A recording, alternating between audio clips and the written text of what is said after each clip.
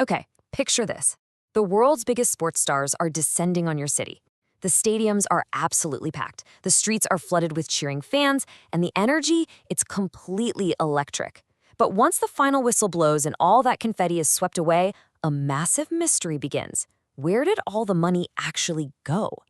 Today we're going to explore the fascinating and honestly deeply misunderstood economics of mega sports events using the dramatic case study of the Euro 2000 Football Championship. So it really comes down to the ultimate question: who is actually paying for the party? Whenever a city bids for one of these massive international championships, you know the drill. Local politicians step up and make these bold, sweeping promises. They talk about an economic boom, huge tourism spikes, putting the city on the global map. But we need to look past the PR spin here. Are everyday taxpayers just footing the bill for a private windfall, or do these events actually deliver the financial and social rewards they promise? 81 million euros. Let that sink in for a second. That was UEFA's estimated financial profit from Euro 2000. It's a staggering amount of money, and it perfectly sets up the central tension we're investigating in this explainer. On one side, you've got international sports federations walking away with these guaranteed massive windfalls. But on the flip side, you have the public sector, local governments, everyday taxpayers, taking on immense financial risk and handing out public subsidies. So how do we even begin to make sense of this balancing act? All right, let's dive into Section 1, the mega event money myth. You know, back in the 1970s, hosting a mega event was practically a recipe for public financial disaster. We're talking about the Munich Games in '72, Montreal in '76. These left cities totally saddled with massive, crippling debts and empty white elephant stadiums gathering dust. But then, Los Angeles in 1984 completely flipped the script.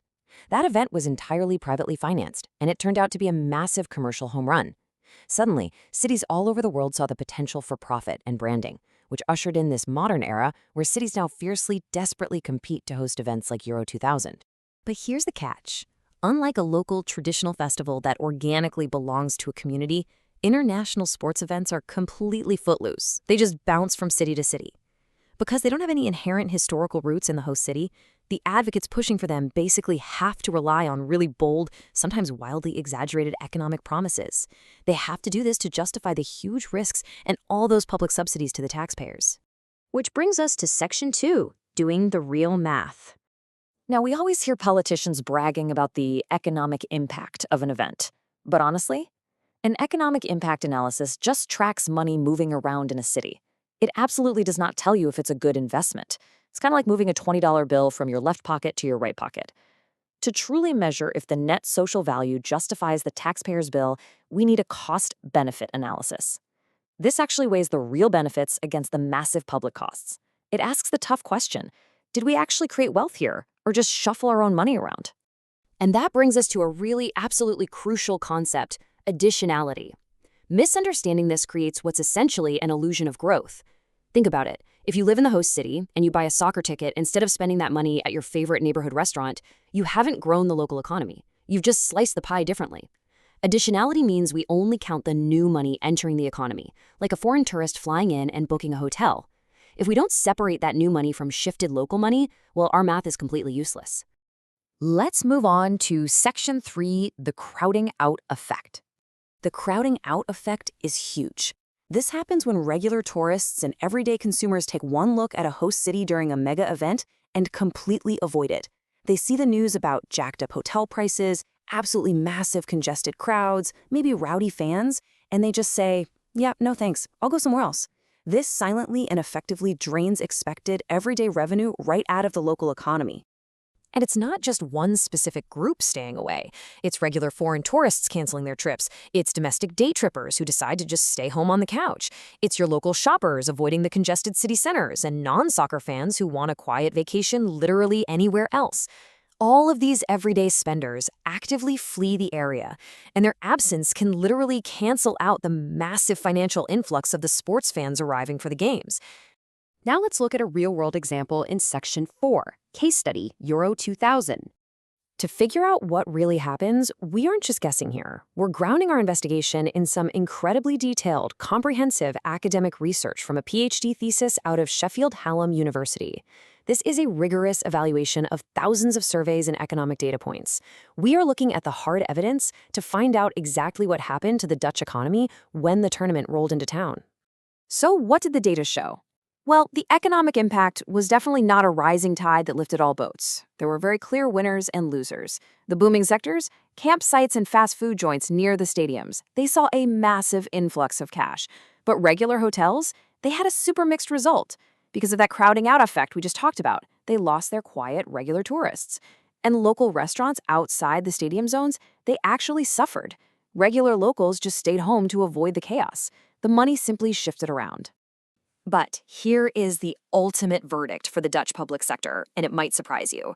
When all the dust settled, the financial benefits actually did outweigh the costs. Despite the shifting money, the locals staying home, and the lost regular tourists, the aggregated accounts of the central and local Dutch government still came out financially positive overall. They managed to host this massive event without it becoming a financial burden on the state. And honestly, in the modern era of mega events, that's a pretty huge achievement. Finally, let's look at Section 5, Intangibles and Hidden Costs. You know, you can't put everything on a spreadsheet. When mapping out the true societal trade-offs, you have these powerful intangibles on the benefit side. An image boost abroad, a massive surge in civic pride, people coming together, and the host city proving it has the organizational chops to handle the world stage. But look at the cost side of the ledger. You have severe nuisances, heavy, grinding traffic congestion, massive, unavoidable policing costs, and the very real anxiety and threat of hooliganism and property damage.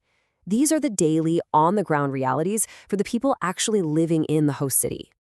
Now, politicians always promise this massive, long-lasting promotional value, this huge image boost.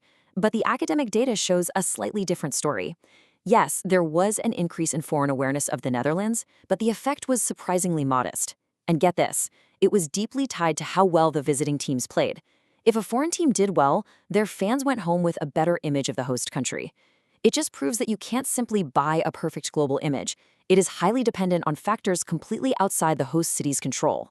So we've unpacked the missing money mystery. We've seen how the math gets manipulated, who really walks away with the profits, and the hidden costs that the everyday public bears. Next time your local politicians announce a grand, flashy bid for a major championship, ask yourself, who is actually winning here? Are the benefits genuinely flowing back into the community, or are we basically just funding a massive party for someone else? Keep digging, keep doing the real math, and whatever you do, never just take the shiny PR brochure at face value.